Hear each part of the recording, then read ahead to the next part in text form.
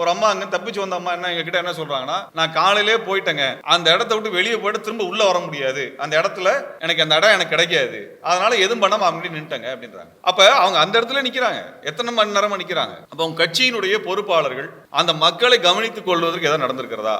எதுவும் இல்லை. எல்லா கட்சியிலையும் இதையெல்லாம் கவனிப்பதற்கு, உணவை கவனிப்பதற்கு, தண்ணீரை கவனிப்பதற்கு, அங்க இருக்கக்கூடிய வசதிகளை பார்த்து கொள்வதற்கு எல்லாத்துக்குமே பொறுப்பாளர் இருக்கிறாங்க, பொறுப்பாளர் போடுறாங்க. உங்க கட்சியில் அப்படி யாராவது இருக்காங்களா? உங்களுடைய இன்ஃப்ராஸ்ட்ரக்சர்ல மேனேஜ் பண்றது, அங்க லைட்டு, சவுண்டு, ஜென்செட்டு எதவனா சொல்லுங்க, உங்கள் நிகழ்ச்சிக்கான பொருட்களை, அதுக்கான அத்தியாவசியமான விஷயங்களை பாதுகாப்பதற்குரிய அணி உங்களிடம் இருக்கிறதா? நீங்க என்ன சொல்றீங்க?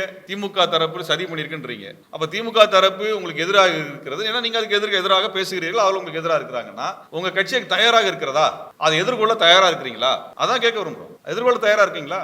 நான் கேட்ட இடத்துல அனுமதி தரலன்னு சொல்றீங்க, எங்களுக்கு எங்கேயுமே அனுமதி தர்றது இல்லைங்க. கேட்ட இடத்துல எல்லாம் இல்ல, அனுமதியே எங்களுக்கு தர்றது இல்ல. நாங்க நீதிமன்றத்துக்கு போய் வாங்கிட்டு இருக்கிறோம். இன்றைக்கு என்ன நடக்குதுன்னா, நீங்க ஆளுங்கட்சியே உங்க கூட்டத்தில் நடந்த பிரச்சனைக்கு குற்றம் சாட்டுறதுக்கு பாரதிய ஜனதா கட்சிக்காரங்க எல்லாம் ஆதரவு தெரிவிச்சிட்டு இருக்காங்க. RSS எல்லாம் ஆதரவு, நீங்க RSS கண்டிச்சு பேசியிருக்கிறீங்க, நான் ரொம்ப மகிழ்ச்சி அடைஞ்சோம். இன்னைக்கு பிஜேபி காரங்க உங்களுக்கு ஆதரவா பேசுறாங்க, அண்ணாமலை பேசுறாங்கன்னா அந்த நிலைப்பாடு, உங்க நிலைப்பாடு எவ்வளவு மாறுபட்டு இருக்கு நீங்க தான் சார் பேசணும். உங்க கட்சி அவங்க சாப்பிட்டு போறதுக்கா? ஜென்சி போல புரட்சி செய்ய போறோம். நீங்க என்ன சார் இதுக்கு புரட்சி பண்ணிருக்கீங்க? தமிழ்நாட்டில் 1000 போராட்டம் நடந்திருக்குது, ஸ்டெர்லைட் போராட்டம் நடந்திருக்குது, கூடங்குளம் போராட்டம் நடந்திருக்குது, முல்லை பெரியாருக்கு போராட்டம் நடந்திருக்குது, ஈழத்தமிழர் விடுதலைக்கு போராட்டம் நடந்திருக்குது, நீட்டுக்கு போராட்டம் நடந்திருக்கு, ஜல்லிக்கட்டுக்கு போராட்டம் நடந்திருக்கு. எந்த போராட்டத்திலையும் நாங்க ஆதவ அர்ஜுனான்ற ஒரு பேரை கேட்டதே கிடையாது. என்ன புரட்சி பண்ண போறோம்? எல்லா போராட்டம் நாங்க இருந்திருக்கிறோம், அடக்குமுறை எதிர்கொண்டு இருக்கோம், வழக்கு எதிர்கொண்டு இன்னைக்கு நிக்கிறோம். நாங்க எந்த சார் புரட்சியில் வந்து இருக்கீங்க? நீங்க 41 பேர் இறந்து போயிருக்காங்க, உங்களுக்கு தெரியும். அன்னைக்கு 30 பேர் இறந்து போன செய்தி. ஆதவ அர்ஜுனா ஏன் இங்க நிக்கல மக்களோட? சொல்லுங்க சார். உங்க கட்சி தலைவர் கூட்டம் வரும், அவர் இல்ல, ரைட்டு. நீங்க எங்க சார் போனீங்க? எங்க போனீங்க? ஓட்டிங்க. உங்களை நம்பி வந்த மக்கள் அங்க செத்து விழுகும் போது அதை விட்டு ஓடி போனீங்க நீங்க. அது வரலாறு, யாரும் மறக்க மாட்டாங்க, யாரும் மறக்க மாட்டாங்க. நாங்க போய் அந்த மக்களை சந்திக்கிற வரைக்கும் உங்க கட்சியில் ஒரு பொறுப்பாளர், கடைநிலை பொறுப்பாளர் கூட அந்த மக்களை சந்திக்க வரல. அந்த மக்களுடைய இறந்து போனவங்களுடைய இறுதி நிகழ்வுல பங்கெடுக்கவோ அஞ்சலி செலுத்தவோ வரவே இல்லை உங்க கட்சியில இருந்து. நீங்க சென்சி புரட்சி பண்ண போறீங்களா சார்? உங்களை நம்பி வந்து என்ன பண்ணுவீங்க? சென்சி புரட்சி பண்ற மக்கள் புரட்சி வீதியில இறங்கினா போலீஸ் அடிக்கும், சுடும். ஆதவ அர்ஜுனா ஓடிடுவார். அவருக்கு என்ன? அவர் ஓடிடுவார். இந்த 3 நாளா காணமே. மக்கள் கோவப்படுறானா வாங்குங்க. மக்கள் பாராட்டினா இனிக்கும் பொழுது மக்கள் கோவப்பட்டா வாங்குறது தயாரா இருக்கணும் சார். திட்டுனா வாங்குறது தயாரா இருக்கணும். உங்க மேல தானே, உங்க மேல இருக்க அன்புல தானே வந்தான். அவனை நீங்க விட்டு எப்படி போனீங்க? அது எப்படி சார் பொறுப்பாகும்? நீங்க ஏதோ ஒரு இடத்துல இருந்து உங்க நிர்வாகிகளை அனுப்பி அது என்னாச்சு ஏதாச்சும் உங்க கட்சி கூட்டத்துக்கு வந்தவங்க. எங்களுக்குலாம் இந்த மாதிரிலாம் நடந்தா நாங்க ஒரு காலத்துல விட்டு போறவங்க கிடையாது. நின்னவங்க நாங்க நின்னவங்க தான் போராட்டத்துல. எங்களுக்கு இழுத்து கொண்டு போய் ஜெயில போட்டதோ, வழக்கு போட்டு எங்க சித்திரவதை பண்ணதோ யாரும் பார்த்தது இல்லையா? அதெல்லாம் மீறி தான் இன்னைக்கு நாங்க நிக்கிறோம். அதெல்லாம் மீறி நிக்கிறது மாதிரி ஆதவ அர்ஜுனாவுக்கு நடந்திருக்காது மாதிரி இல்ல. அந்த கட்சியில ஏதாவது பொறுப்பாளர் மாதிரி எதிர்கொண்டு இருக்காங்களா? ஆம்புலன்ஸ் வர்றதுக்கான வழியை விட்டுட்டு தான் மேடை அமைக்கணும்னு சொல்றாங்க. அதை வச்சுதான் கொடுக்குறோம். ஏன் ஜல்லிக்கட்டு போடல எத்தனை ஆம்புலன்ஸ் போச்சு சார்? எல்லா கூட்டமும் ஒழுங்கா வழிவிட்டமா இல்லையா? அதனால கூட்டம் கலைஞ்சுதா? நான் கேட்கிறேன், இவங்க இவங்களோட பேச்சு உரை வந்து ஆம்புலன்ஸ் தடுக்குதுன்னா இவங்கள பேரறிஞர் அண்ணாவா அல்லது பெருந்தலைவர் காமராஜரா அல்லது தந்தை பெரியார் உரை நிறுத்துறாங்களா? ஒண்ணும் கிடையாது சார். பஞ்சு டயலாக் கொடுத்துருக்காங்க எல்லாருமே. கொடுக்கறதெல்லாம் பஞ்சு டயலாக். சரிங்களா? அதுல 4 ஆம்புலன்ஸ் வந்துட்டு போனா நின்று பேசிட்டு போங்க. இந்த இஸ்லாமிய தலைவர் இருக்கிறாங்க, அவங்க பாங்க சொன்னா நிறுத்திடுவாங்க. அந்த சமயத்துல ஒரு 5 நிமிஷம் நிறுத்திட்டு பேசுவாங்க. அப்பெல்லாம் ஒன்னும் நடக்கிறது இல்லை, தவறு எதுவும் போறது இல்லை. என்ன ஆயிர போகுது? ஒரு ஆம்புலன்ஸ் வந்துட்டு போகுது, சரி வந்துட்டு தான் போதே விட்டுருவோம். யா என்ன நடந்துரும்? எத்தனை நாள் அதுக்கப்புறம் ஆம்புலன்ஸ் விடுவாங்க? நீங்க ஆம்புலன்ஸ் வில்லனா மாத்திருக்கீங்க சார். கடைசி ஆம்புலன்ஸ் டிரைவரை போட்டு அடிக்கிறான். நீங்க 41 பேர் இறந்து போயிருக்காங்க, காயம்பட்ட 100 பேர் இருப்பாங்களா? 100 பேரை வெளியில கொண்டு போறதுக்கு எத்தனை ஆம்புலன்ஸ் சார் வேணும்? எத்தனை ஆம்புலன்ஸ் வேணும்? ஒரு ஆம்புலன்ஸ் 2 பேர் நீங்க ஏத்தினாலுமே 50 ஆம்புலன்ஸ் கொண்டு வந்திருக்கணும் நீங்க, இல்லையா? நீங்க ஆம்புலன்ஸ் எதிரியா மாத்திட்டீங்கன்னா நெருக்கடிக்கு எதை வச்சு தூக்கிட்டு போவீங்க? எப்படி தூக்கிட்டு போவீங்க? ஆம்புலன்ஸ் மட்டும் தான் உள்ள விட முடியும். நீங்க ஆம்புலன்ஸ் வில்லனாவே மாத்திட்டு இருந்தீங்கன்னா நாளைக்கு எல்லாருக்கும் ஆபத்து தான் பண்ணிக்கும். அப்படி ஆம்புலன்ஸ் தடையா இருக்குது அப்படின்னா இருந்துட்டு போகுது, 2 நிமிஷம் இருந்துட்டு போகுது, என்ன தப்பு வந்துற போகுது? என்ன தப்பு வந்துற போகுது? ரோட்ல கூட்டம் நடத்தினா ஆம்புலன்ஸ் வரும் சார். ரோட்ல கூட நடத்த ஆம்புலன்ஸ் வரும். உங்க மாநாட்டுக்குள்ள ஆம்புலன்ஸ் விடுறாங்களா? சொல்லுங்க. உங்க மாநாடு நடத்திட்டு இருக்கீங்க, அங்க உள்ள ஆம்புலன்ஸ் விடுறாங்களா? இல்ல. அதனால உங்க உரை தடைப்படுறதுனால ஒன்றும் பிரச்சனை இல்லை. அப்படி எல்லாம் நீங்க உங்களை மறந்து போயெல்லாம் அப்படி விட்டு நீங்க தான் ப்ராம்ப்ட் வச்சிருக்கீங்க, கையில பேப்பர் வச்சிருக்கீங்க, நோட்ஸ் வச்சிருக்கீங்க, பேசுறது என்ன ஆயிருப்போது? உங்களால சொல்லி தர 4 பேர் கூட இருக்கிறாங்க, பாயிண்ட் விட்டு எடுத்துறது 1000 பேர் இருக்கிறாங்க. அதுவும் இல்லாம இன்னைக்கு பேசுறதெல்லாம் வீடியோல தான் சார் கேட்கறாங்க, அதான் அதே மாதிரி கேட்கறாங்க. அதனால பெரிய கருத்துக்கள் எல்லாம் இவங்க சொல்லிட்டாங்க, அந்த கருத்துக்கள் எல்லாம் மக்கள் தவற விட்டாங்கிற வருத்தம் யாருக்கும் கிடையாது. அதனால இது ஒரு பெரிய ஆம்புலன்ஸ்ங்கிறத ஒரு எதிரியா மாற்ற வேண்டாம். தமிழக வெற்றி கழகத்தினுடைய நிகழ்விலே பங்கெடுத்து அதனால் பாதிக்கப்பட்ட மக்களை நேரில் சந்தித்தோம். மருத்துவமனையிலே காயம்பட்டு அங்கே அனுமதிக்கப்பட்டிருந்த தீவிர சிகிச்சை பிரிவில் இருந்தவர்கள், காயம்பட்டவர்கள், அவர்களை சந்தித்தோம். அவர்களது உறவினர்களை சந்தித்தோம். மற்றும் இந்த நிகழ்விலே பங்கெடுத்து உயிர் தப்பியவர்களை சந்தித்தோம். அங்கே உயிரிழந்தவர்களினுடைய குடும்பத்தாரை அங்குள்ள கரூருக்கு அருகில் இருக்கக்கூடிய கிராமங்களிலே வசிக்கக்கூடிய அந்த குடும்பத்தினரை நேரில் சென்று சந்தித்தோம். அதிகாரிகளை சந்தித்து பேசினோம். ஊடக நண்பர்களை சந்தித்து பேசினோம். இருக்கக்கூடிய பிற முற்போக்கு இயக்கங்கள், ஜனநாயக அமைப்புகளினுடைய பொறுப்பாளர்களை சந்தித்து பேசினோம். அந்த சம்பவம் நடந்த இடத்திற்கு நேரில் சென்று அங்கே ஆய்வுகளை மேற்கொண்டோம். இந்த சந்திப்பின் அடிப்படையில் எங்களது கருத்துக்களை இச்சமயத்தில் நாங்கள் மக்கள் மன்றத்தில் வைக்க விரும்புகிறோம். தமிழ்நாட்டில் எந்த ஒரு அரசியல் நிகழ்விலும் நடக்காத ஒரு பெரிய துயர சம்பவமாக கரூர் சம்பவம் 41 அப்பாவி தமிழர்களை பழிவாங்கி இருக்கிறது. இந்த இழப்பு கட்சி கடந்து நாம் அனைவரும் மிகவும் ஒரு துயரத்தில் ஆழ்த்திய நிகழ்வாக இருக்கிறது. இந்த நிகழ்விலே உயிரிழந்த 41 தமிழர்களுக்கும் அவர்களது குடும்பத்தாருக்கும் எங்களது இரங்கலை நாங்கள் தெரிவித்துக் கொள்கின்றோம். அதே சமயத்தில் அங்கே காயம்பட்ட மக்களை உடனுக்குடனாக காத்திட்ட மருத்துவத்துறையை சார்ந்த செவிலியர்கள், அவசர ஊர்தி வாகனத்திலே பணிபுரிந்தவர்கள், மருத்துவர்கள் உள்ளிட்டவர்களை நாங்கள் எங்களது மனமார்ந்த நன்றியை இச்சமயத்தில் தெரிவித்துக் கொள்கிறோம். அது இல்லை என்றால் இன்னும் சாவு எண்ணிக்கை அதிகரித்திருக்கக்கூடும். ஆகவே சரியான சமயத்தில் அந்த மக்களை காத்திட்ட அந்த மருத்துவத்துறை சார்ந்த பொறுப்பாளர் அனைவருக்கும் எங்களது நன்றிகளை நாங்கள் தெரிவித்துக் கொள்கிறோம். அது மட்டுமல்லாமல் அந்த 2 நாட்களாக அங்கிருந்து நிகழ்வுகளை ஒருங்கிணைத்த அரசு துறை அதிகாரிகளுக்கும் எங்களது நன்றிகளை நாங்கள் தெரிவித்துக் கொள்கிறோம். நாங்கள் அந்த மக்களை சென்று சந்தித்த பொழுது பல்வேறு தகவல்கள் எங்களுக்கு கிடைத்தன. அதில் பார்க்கும்போது என்னென்னா, அந்த சம்பவத்தில் இறந்தவர்களுடைய குடும்பத்தாரை சென்று சந்தித்த போது அவங்க என்ன சொல்கிறாங்கன்னா, அவர்கள் பெரும்பாலானோர் விஜய் அவர்களுடைய கட்சியை சார்ந்தவர்கள் அல்ல, தமிழக வெற்றி கழகத்தை சார்ந்தவர்கள் அல்ல, அந்த அரசியல் கட்சியில் உறுப்பினர்களாக இருந்தவர்களும் அல்ல. அவர் அரசியல் சார்ந்த அந்த நிகழ்வில் பங்கெடுக்கவில்லை. பெரும்பாலான மக்கள் இது போன்ற அரசியல் நிகழ்வுகளில் பங்கெடுத்த அனுபவம் கொண்டவர்களும் ஆக இல்லை. பெண்களும் குழந்தைகளுமாக பெரும் எண்ணிக்கையிலே அங்கு உயிரிழந்திருக்கிறார்கள். ஆக பெருமளவிலே பெண்கள் குழந்தைகள் பங்கெடுக்கக்கூடிய அரசியல் நிகழ்வு என்று தமிழ்நாட்டில் எங்களது அனுபவத்தில் நாங்கள் பார்த்த நிகழ்வுகளில் அதிகம் நாங்கள் சந்தித்ததில்லை. பொதுவாக ஆண்கள், அரசியல் உணர்வு பெற்றவர்கள், அரசியல் கருத்து கொண்டவர்கள், கட்சியில் இருக்கக்கூடியவர்கள், அவர்களுக்கு தெரிந்தவர்கள் அல்லது அழைத்து வரப்படக்கூடியவர்கள் இப்படி தான் வருவாங்க.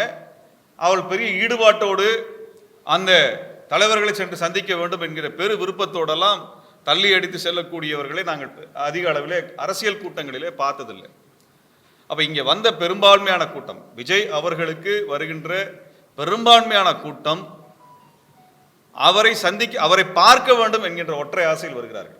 அவர்கள் மிகவும் நேசித்த ஒரு கலைஞன், அவரை ஒரு முறையார் பார்த்துடணும் அப்படின்னு சொல்லி வந்தவங்க தான்.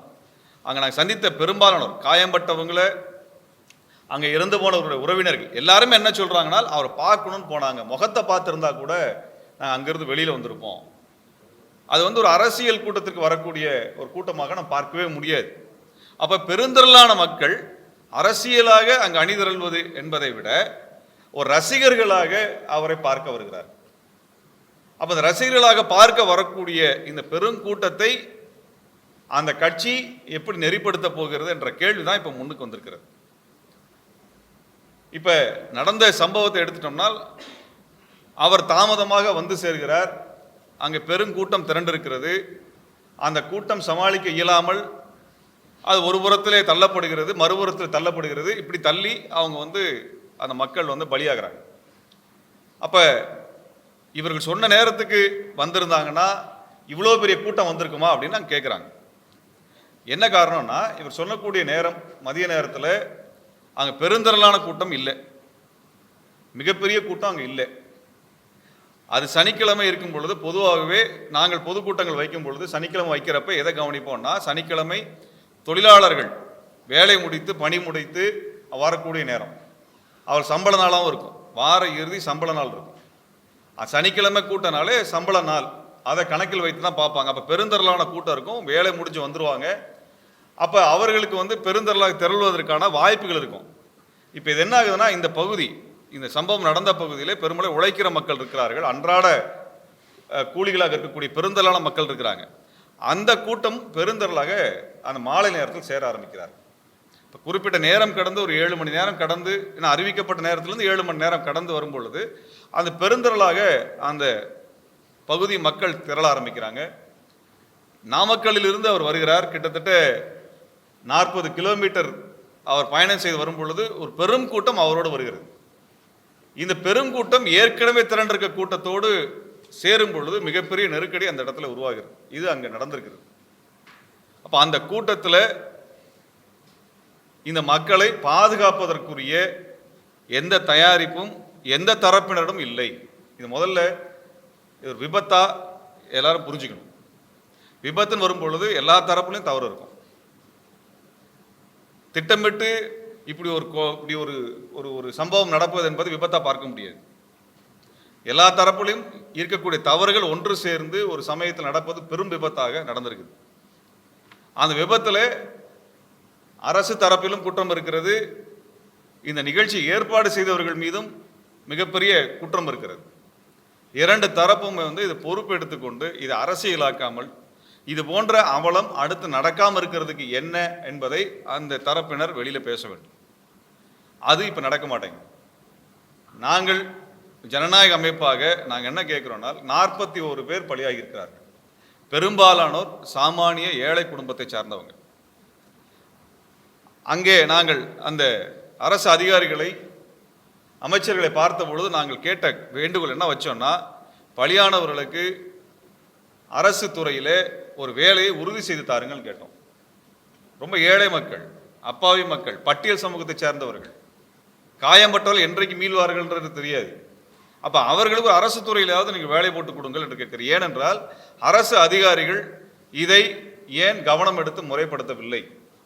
பொதுவாகவே நாங்கள் ஒரு கூட்டம் நடத்துகிறோம் அப்படின்னா ஏகப்பட்ட கட்டுப்பாடுகளை கொடுக்குறீங்க. பொதுக்கூட்டம் நாங்கள் நடத்துகிறோன்னா 2 பக்கமும் என்ன பண்ணுறீங்க, தெருவை அடைச்சிடுறீங்க, வெளிக்கூட்டம் வராமல் அடைக்கிறீங்க. ஆனால் இங்கே இத்தனை கூட்டத்தை அனுமதிச்சிருக்கிறீங்க. இவ்வளோ கூட்டம் சேருவதற்கு அனுமதித்தது மட்டும் இல்லாமல் விஜயை அனுமதித்திருக்க கூடாது. அதுக்கு அந்த கட்சிக்காரங்க என்ன சொல்கிறாங்க, எங்களுக்கு அனுமதி தர்றது இல்லைன்னு சொல்கிறாங்க. குற்றஞ்சாட்டை தான் செய்வாங்க. ஆனால் இவ்வளோ ஒரு அசம்பாவிதம் நடந்திருக்கு. நம்ம என்ன கேட்குறோம்னா, தமிழ்நாட்டில் எந்த நகரத்தில் 20-30 பேர் திரளக்கூடிய நகரத்தினுடைய தெருக்கள் இருக்குது? எந்த தெரு இருக்குது? எந்த ஊரில் எந்த தெரு இருக்குது? அது கரூர் போன்ற ஒரு பழைய நகரத்தில் அவ்வளோ பேர் திரளக்கூடிய தெரு எங்கே இருக்கிறது? அப்போ காவல்துறை எங்களுக்கு இவ்வளோ கட்டுப்பாடு போடக்கூடிய நீங்கள் எப்படி இவ்வளோ மக்கள் திரளுவதற்கு அனுமதி கொடுத்தீங்க அப்படிங்கிற கேள்விக்கு சொல்லணும். அடுத்து அந்த கட்சி தவக கட்சிக்காரங்க ஒன்று கேட்குறாங்கன்னா, காவல்துறை அதிகமான காவல்துறை போட்டு நீங்கள் எங்களை பாதுகாத்துருக்குன்னு சொல்கிறாங்க. காவல்துறை பாதுகாப்பு என்பது எங்களை போன்ற அமைப்புகள், கட்சிகள், பெரிய கட்சி எடுத்துக்கும். பாதுகாப்பு என்பது வெளியிலிருந்து எதேனும் தாக்குதல் நடந்து விடக்கூடாது, எதிர்கட்சியிடமிருந்து இது பிரச்சனை வந்து விடக்கூடாது, கலவரம் செய்யக்கூடியவர்கள் தடுப்பதற்கு தான் காவல்துறை இருக்கும். பொதுவாக எங்களை போன்ற இந்த கட்சிகள், அரசியல் கட்சிகள், அரசியல் இயக்கங்கள், அவர்களுடைய தோழர்கள், தொண்டர்கள் திரண்டிருக்கக்கூடிய இடத்துல காவல்துறை அனுமதிக்க மாட்டாங்க. எந்த மாநாட்டுக்குள்ளாரையும் உள்ளே போய் காவல்துறை நெறிப்படுத்துறதுக்கு எந்த கட்சி அனுமதிக்கும்? எந்த கட்சி அனுமதிக்கும்? அது எந்த கட்சியும் அனுமதிக்க மாட்டாங்க. இப்போ இவ்வளோ கூட்டம் வருது, இவங்களெல்லாம் ஒழுங்குபடுத்துறது, அதுக்காக காவல்துறையை நான் கூட்டத்துக்குள்ள வர சொல்லுங்கன்னு தாவேக்கா சொல்லுகிறதா என்றால் அது தாவேக்கா கட்சிக்காக மட்டுமே, எங்களுக்காக நீங்கள் வரலான்னு மட்டும் வேணால் தனிப்பட்ட விதியாக அவங்க கட்சி சொல்லட்டும். ஆனால் வேற எந்த கட்சியுமே அதை சொல்ல மாட்டாங்க. எந்த கட்சி சொல்ல மாட்டாங்க. காவல்துறைக்குள்ள என்ன வேலை தான் கேட்பாங்க. கூட்டத்தை நெறிப்படுத்தக்கூடிய பொறுப்பு கட்சி பொறுப்பாளர்களுக்கு இருக்கிறது. கட்சி பொறுப்பாளர்கள் கூட்டத்தை நெறிப்படுத்துவாங்க. தொண்டர்கள் என்பவர்கள் கூட்டத்தை நெறிப்படுத்தக்கூடியவர்கள். பல கட்சிகளில் தொண்டர் படை அமைக்கப்பட்டிருக்கிறது. அது கட்சி வரக்கூடிய கூட்டத்தை நெறிப்படுத்துவதற்காக இருக்குது. நீங்கள் உங்கள் கட்சியில் நெறிப்படுத்துவதற்கு ஆட்களை உருவாக்குவது தான் இதற்கான தீர்வாக இருக்க முடியும். அப்போ அது காவல்துறையிடம் ஒப்படைக்க முடியாது. பல பேர் சொல்கிறாங்க காவல்துறை நிறைய போட்டிருக்கலாமே, அண்ணாமலையெல்லாம் பேசுறாரு. அவ்வளோ காவல்துறையை போட்டு உங்கள் கூட்டம், நான் கேட்குற பாரதிய ஜனதா கட்சியினுடைய கூட்டத்துக்குள்ளே காவல்துறை உள்ள விட்டு நெறிப்படுத்த அனுமதிப்பாரா?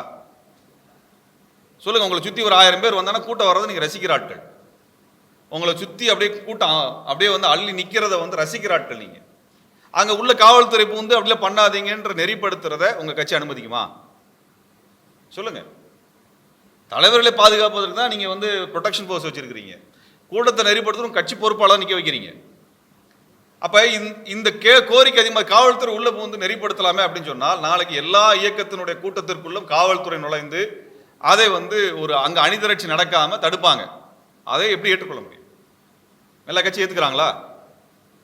இல்ல அண்ணாமலை ஏத்துக்கிறாரா? அவரு இல்ல நீங்க கூட்டத்துக்குள்ள வாங்க, எங்க தொண்டர்கள் எல்லாம் நீங்க நெறிப்படுத்துங்கன்னு அந்த கட்சி பொறுப்பை காவல்துறையுடன் ஒப்படைப்பதற்கு அண்ணாமலை அவர்கள் தயாராக இருக்கிறாரா? இப்ப அவங்களும் பிரச்சார பயணத்துலாம் போறாங்கன்னா எல்லா இடத்துலையும் காவல்துறை வந்து நின்று நெறிப்படுத்தணும், கட்சிக்காரங்க வேணாம் சொல்லி ஒத்துக்குவாரா?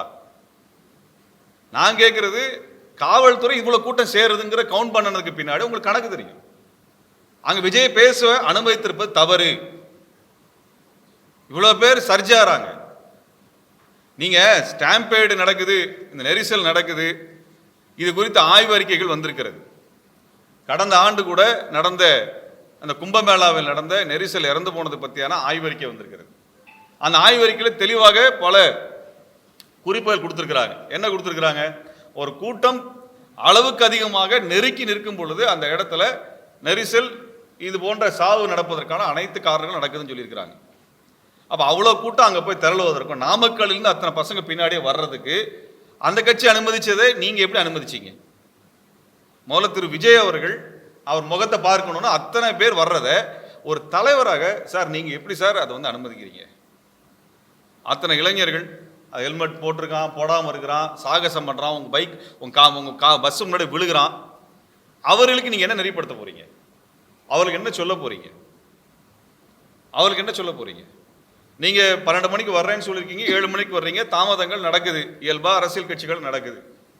நீங்க வர்றதுக்கு முன்னாடி அந்த மக்களை நெறிப்படுத்துவதற்கு அங்க உங்க கட்சியினுடைய பொறுப்பாளர்கள், கட்சியின் பொறுப்பாளர்கள் பேசணுமா வேண்டாமா? நீங்க என்ன கருத்தை சொல்ல போறீங்க? உங்க கட்சியினுடைய கொள்கை என்ன? நீங்கள் திமுகவை எதிர்த்து பல கோரிக்கைகளை அவர்களுக்கு எதிரான பல்வேறு கருத்துக்களை முன்வைக்கிறீங்களே, அதை குறித்தாவது உங்க கட்சியினுடைய பொறுப்பாளர் விலைக்கு பேசணுமா இல்லையா? அப்படிலாம் ஏன் ஒரு நடைமுறை இருக்கிறது இல்லை? அப்ப இது வெறும் ரசிகர் கூட்டமாக நீங்க நடத்துகிறீர்களா? ஏன் பேசல? என்ன தப்பு? உங்க கட்சிக்காரன் தானே பேச போறாங்க. அப்ப கூட்டத்தை நெறிப்படுத்த வாய்ப்பு கிடைச்சிருக்கு. உங்களை பார்ப்பதற்கு இத்தனை பேர் வருகிறார்கள். இத்தனை பேர் வருவதற்கு வந்து இவ்வளவு நேரம் காத்திருக்கு. இப்ப ஒரு அம்மாவும் பொண்ணும் வந்து 12 மணிலேருந்து 7 மணி வரைக்கும் காத்திருக்கிறாங்க. அவர் கணவர் சொல்லி அழுகிறாரு. இன்னொரு இடத்துல காலையில 12 மணிக்கு வர்றாங்கன்னா காலையில் 9 மணிக்கு போயிருக்கிறாங்க. ஒரு பெண்மணி 9 மணியிலிருந்து மாலை 7 மணி வரைக்கும் தண்ணி குடிக்காம சாப்பிடாம அங்க நிக்கிறாங்க. அப்ப உங்க கட்சியை உங்க கட்சியிலே இருக்கக்கூடிய நிகழ்வுல பங்கெடுக்கிறதுக்கு வந்திருக்கிறாங்க, உங்க தொண்டர்களாக இருக்கிறார்கள் அல்லது ரசிகர்களாக இருக்கிறாங்க. அவங்க மேல உங்க கட்சிக்கு என்ன அனுதாபம் இருக்கிறது? அவங்களுக்கு உணவோ தண்ணீர் குடிநீரோ ஏற்படுத்தி கொடுக்கிறது குறைந்தபட்ச ஒரு மனிதாபிமானம் இல்லையா? கூட்டம் பெருசாகணும்னு கேட்குறீங்க, ட்ரோன் ஷாட்லாம் வச்சு இப்படி பிரம்மாண்டமாக காமிக்கிறீங்கல்ல. அப்போ அந்த மக்கள் மீது அன்பு இருக்கணுமா வேண்டாமா? அதுக்கு தாவேக கட்சியை சார்ந்த பொறுப்பாளர்கள் பதில் சொல்லணும். நீங்க தான் பதில் சொல்ல வேண்டியிருக்கு. அத்தனை மக்களுக்கு தண்ணீர் ஏற்பாடு செய்ய முடியாமலா நீங்க இருக்கிறீங்க? அதுக்கு வசதி இல்லாமலே இருக்கிறீங்க. அது நீங்க தானே ஏற்பாடு செய்யணும். உங்க கட்சி நிகழ்ச்சி தானே அது. அப்ப நீங்க அதை செய்யல. அப்ப இத்தனை மணி நேரமாக வெயிலிலே காத்திருந்தவர்கள் என்ன சொல்றாங்கன்னா, ஒரு அம்மா அங்க தப்பிச்சு வந்த அம்மா என்ன எங்ககிட்ட என்ன சொல்றாங்கன்னா, நான் காலையிலே போயிட்டேங்க, அந்த இடத்த விட்டு வெளியே போயிட்டு திரும்ப உள்ள வர முடியாது, அந்த இடத்துல எனக்கு அந்த இடம் எனக்கு கிடைக்காது, அதனால எதுவும் பண்ணாம அப்படி நின்றுட்டேங்க அப்படின்றாங்க. அந்த இடத்த விட்டு போயிட்டா திரும்ப கிடைக்காது, நின்றுட்டேன் அப்படிங்கிறாங்க. அப்ப அவங்க அந்த இடத்துல நிக்கிறாங்க, எத்தனை மணி நேரமா நிக்கிறாங்க. அப்ப அவங்க கட்சியினுடைய பொறுப்பாளர்கள் அந்த மக்களை கவனித்துக் கொள்வதற்கு எதாவது நடந்திருக்கிறதா? எதுவும் இல்லை.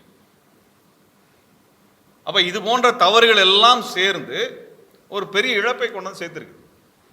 நீங்க ஜென்செட்டு ஆஃப் ஆயிருச்சு, லைட் ஆஃப் ஆயிருச்சு, இதையெல்லாம் ப்ரொடெக்ட் பண்ண வேண்டியது கட்சியோட பொறுப்பாளர் தானங்க. நீங்க இது முதல் கூட்டம் இல்லை, முதல் கூட்டம் இல்லை. எல்லா கட்சியிலையும் இதையெல்லாம் கவனிப்பதற்கு, உணவை கவனிப்பதற்கு, தண்ணீரை கவனிப்பதற்கு, அங்க இருக்கக்கூடிய வசதிகளை பார்த்து கொள்வதற்கு எல்லாத்துக்குமே பொறுப்பாளர் இருக்கிறாங்க, பொறுப்பாளர் போடுறாங்க. உங்க கட்சியில் அப்படி யாராவது இருக்காங்களா? உங்களுடைய இன்ஃப்ராஸ்ட்ரக்சரில் மேனேஜ் பண்றது, அங்கே லைட்டு, சவுண்டு, ஜென்செட்டு எதை வேணா சொல்லுங்க, உங்கள் நிகழ்ச்சிக்கான பொருட்களை, அதுக்கான அத்தியாவசியமான விஷயங்களை பாதுகாப்பதற்குரிய அணி உங்களிடம் இருக்கிறதா? நீங்க என்ன சொல்றீங்க? திமுக தரப்பு சதி பண்ணியிருக்குன்றீங்க. அப்ப திமுக தரப்பு உங்களுக்கு எதிராக இருக்கிறது, ஏன்னா நீங்க அதுக்கு எதிராக பேசுகிறீர்கள், அவர்கள் உங்களுக்கு எதிராக இருக்கிறாங்கன்னா உங்க கட்சிக்கு தயாராக இருக்கிறதா? அதை எதிர்கொள்ள தயாரா இருக்கிறீங்களா? அதான் கேட்க விரும்புறோம். எதிர்கொள்ள தயாரா இருக்கீங்களா? நான் கேட்ட இடத்துல அனுமதி தரலன்னு சொல்றீங்க. எங்களுக்கு எங்கேயுமே அனுமதி தர்றது இல்லைங்க. கேட்ட இடத்துல எல்லாம் இல்லை, அனுமதியே எங்களுக்கு தர்றது இல்லை. நாங்க நீதிமன்றத்துக்கு போய் வாங்கிட்டு இருக்கிறோம். இந்த ஒரு 4 நாளைக்கு முன்னாடி தமிழக மக்கள் ஜனநாயக கட்சி சேர்ந்தவங்க வந்து பாலஸ்தீனத்துக்கு பேரணி நடத்துறதுக்கு அனுமதி கிடையாது, கைது பண்ணி கொண்டு போறாங்க. இத்தனைக்கு முதலமைச்சர் பாலஸ்தீன இனப்படுகொலை கண்டித்து அறிக்கை விட்டுருக்கிறார். சரிங்களா? வக்பு போர்டு சட்டத்திற்கு, திருத்த சட்டத்திற்கு எதிராக தமிழ்நாடு அரசு நிற்கிறது, நிலைப்பாடு எடுத்திருக்கிறது. பாரதிய ஜனதா கட்சி கொண்டு வந்த சட்டத்திற்கு எதிராக இருக்குது. ஆனால் வக்பு போர்டுக்கு அந்த சட்டத்தை கண்டித்து கூட்டம் நடத்துறதுக்கு கோயம்புத்தூர்ல அனுமதி கிடையாது. அதுக்கு வழக்கு நடத்தி தான் அனுமதி வாங்க வேண்டியிருக்கு. போன மாதம் நாங்கள் பாலஸ்தீனத்துக்கு பேரணிக்கு வேலூர்ல கேட்டப்ப இதே தான் சொல்றேன். காவல்துறை அதிகாரி என்ன சொல்றாரு, நீங்க எப்படி வெளிநாட்டு பிரச்சனையை வந்து நீங்க பேசுவான் நடத்தலாம். ஆனால் முதலமைச்சர் பேசுறாரு, சார் அனுமதி கேட்டவங்களுக்கு வீட்டுக்கு ஆள் அனுப்பியிருக்கீங்க, காவல்துறை அனுப்புறீங்க. இப்போ இவ்வளவு அடக்குமுறை எதிர்கொண்டு தான் சார் நாங்கள் பேசுறோம். நாங்கள் வந்து திமுகவால் கொண்டாடப்படக்கூடிய அமைப்புகள் அல்ல. நாங்கள் இதெல்லாம் மல்லுக்கட்டி தான் போராடி பண்ணிட்டு இருக்கிறோம். இங்க என்ன நடக்குதுன்னா, நீங்க ஒன்று திமுக மேல் தவறு இருக்கிறது, இல்லை தாவேக்கா மேல் தவறு இருக்கிறது, அல்லது திமுக மேல் தவறு இல்லை தாவேக்கா மேல் தவறு இல்லைன்னு மட்டுமே பேசிட்டு இருக்கிறாங்க. இதுல ஒரு நியாயத்தை பேசுற ஆட்கள் ஏதோ ஒரு முத்திர குத்துற வேலை நடந்துட்டே இருக்குது. இது யாருக்கு லாபம்? இது யாருக்கு லாபம்? அடுத்த நிகழ்ச்சியை எப்படி சரியா செய்ய போறீங்கிற கேள்வியை எழுப்ப வேண்டிய கடமை எங்களை போன்றவர்கள் தான் இருக்குது. நாங்க தான் மக்களுக்காக பேச வேண்டியிருக்கு. ஏன்னா அங்க இருக்கக்கூடிய வந்த மக்கள், நாங்க போய் பார்த்த வீட்டில் எந்த வீட்லையுமே விஜய் அவர்கள் பேசுகின்ற அரசியல் கருத்துக்காக வரவில்லை, விஜய்க்காக மட்டும் அவரை ஒரு ரசிகனாக பார்க்க வந்திருக்கிறாங்க. அவர் பேசுற அரசியல் கருத்துக்கெல்லாம் வரல. பல கட்சியை சேர்ந்தவங்க வந்திருக்கிறாங்க. நேற்று எங்க அமைப்பில் இருக்கக்கூடிய ஒரு தோழர், ஒரு பொறுப்பாளர், அவர் உறவினர் அங்க போய் மாட்டி இறந்திருக்கிறார். அவர் இத்தனை திமுக கார். அதுக்கு என்ன சொல்லுவீங்க? கட்சி கடந்து போறாங்க. உங்க அங்க இருக்கக்கூடிய செருப்புகளை பார்த்தாலும் தெரியுது, எல்லாமே இளம் வயது குழந்தைகள். அவர்களுடைய செருப்புகள் தான் கிடக்குது, அவர்களுடைய செருப்புகள் தான் அங்க ஆயிரக்கணக்கில் கிடக்குது. அந்த தலைமுறையை சார்ந்தவர்கள் அங்க இருக்கிறாங்க. இப்போ என் குடும்பத்தில் இருக்கக்கூடிய குழந்தைகள், டீனேஜில் இருக்கிறவங்களுக்கு விஜய் ரொம்ப பிடிக்கும். எல்லாருமே விஜய் ரசிகர்கள் தான். அவருக்கு நான் வேண்டுகோளை வைக்கிறேன், சார் நீங்க சொல்றது எல்லாம் அவங்க ரசிக்கிறாங்க, உங்க மேல பெரிய பிரியமா இருக்கிறாங்க. அவங்கள என்ன நெறிப்படுத்த போறீங்க? அவங்கள உங்க வண்டி பின்னாடி பைக், உங்களுடைய கார் பின்னாடியே அல்லது உங்களுடைய பஸ் பின்னாடியே பைக் ஓட்டு வர சொல்ல போறீங்களா? அதை நெறிப்படுத்துறதுக்கு என்ன செய்ய போறீங்க? அவங்களாம் மரத்து மேலே ஏறுறது, டிரான்ஸ்ஃபார்மர் மேலே ஏறுறது, இது மாதிரி பண்றது நீங்க விரும்புறீங்களா? இது முதல் நிகழ்ச்சியில் நீங்க 2 வருஷமா கட்சி நடத்திட்டு இருக்கிறீங்க. 2 வருஷமா கட்சி நடத்திட்டு இருக்கிறீங்க. அந்த இளைஞர்களை எப்படி நெறிப்படுத்த போறீங்க சார்? நீங்க திமுக போன்ற பல கட்டமைப்புகளை கொண்ட நீண்ட காலமாக இயங்கக்கூடிய அதிகாரத்தில் இருந்த ஒரு கட்சியை எதிர்கொள்றேன், அதுக்கு எதிராக நான் வந்து போராடுறேன்னு சொல்றீங்க. சரிங்களா? நாங்கள் பல கோரிக்கைகளை திமுக அரசை நோக்கி வைத்து கொண்டு போராட்டம் நடத்திட்டு இருக்கிறோம். பல வழக்குகளை வாங்கியிருக்கிறோம் திமுக ஆட்சியில். பல சொல்லுவாங்க திமுக ஆட்சியில் நீங்கள் அமைதியாயிட்டீங்கன்னு. திமுக ஆட்சியில் அதிக வழக்குகளை வாங்கியவர்கள் நாங்கள். அதிமுக காரங்க வாங்கல, நாம் தமிழர்காரங்க வாங்கல, பாரதிய ஜனதா கட்சிக்காரங்க எந்த வழக்கையும் வாங்கல, ஏன் தாவேக்காரங்க வாங்கல. இப்போ இந்த கூட்டத்துக்கு வேணா வாங்கியிருப்பீங்க நீங்க. ஆனால் போராட்ட வழக்குகளை வாங்கினது நாங்கள். இந்த கவின் கொலைக்கு, இப்போ நடந்த கவின் கொலைக்காக போராட்டம் நடத்தி அதுக்கு வழக்கு வாங்கியிருக்கிறோம். மீனவ பிரச்சனைக்கு போராட்டம் நடத்தி வழக்குகளை வாங்கியிருக்கிறோம். சாதி பிரச்சனைக்கு, அந்த வன்கொடுமைக்கு எதிராக போராடி வழக்குகளை வாங்கியிருக்கிறோம். தொழிலாளர் பிரச்சனைக்கு போராடி வழக்குகளை வாங்கியிருக்கோம். இது எத்தனையும் வழக்குகளை வாங்கிட்டு இருக்கிறோம். இப்போ மாஞ்சோலைக்காக போராட்டத்துக்கு அதுக்கு அனுமதிக்கு மல்லாடிட்டு இருக்கிறோம். அதில் போய் ஒரு டாக்குமெண்ட்ரி போடுறோம்னா காவல்துறை வந்து அவ்வளோ நெருக்கடி தருது. எங்களுக்கு இவ்வளோ நெருக்கடி இருக்குது சார். நான் தாவேக்காரங்களை கேட்குறேன், உங்களுக்கு இடம் தரலைன்னா நீதிமன்றத்தில் போய் போராடி வாங்குங்க. என்ன தவறு? உங்களுக்கு வரக்கூடிய தொண்டர்களை பாதுகாக்க வேண்டிய பொறுப்பு உங்களுக்கு இருக்குது. வெற்றிகரமாக நடத்துங்க, வெற்றிகரமாக நடத்துங்க.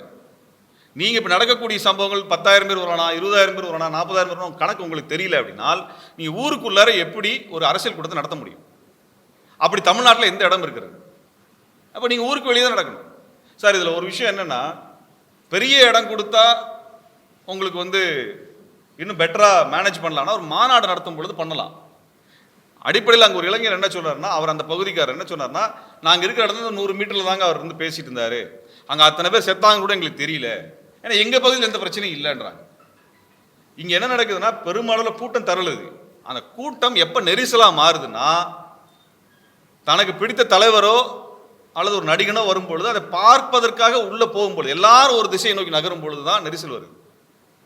அது சாமி ஊர்வலம் வருதுன்னா, தேர் வருதுன்னா, அப்ப எல்லாரும் போய் நெரிசல் போறாங்க, அப்ப இறக்குறாங்க. எல்லாரும் ஆத்துல குளிக்கணும்னு போறப்ப நெரிசல் வருது, இறக்குறாங்க. தனக்கு பிடிச்ச நடிகை வரணும், எல்லாரும் ஒரு திசையை நோக்கி ஒன்னா நகர்றாங்க.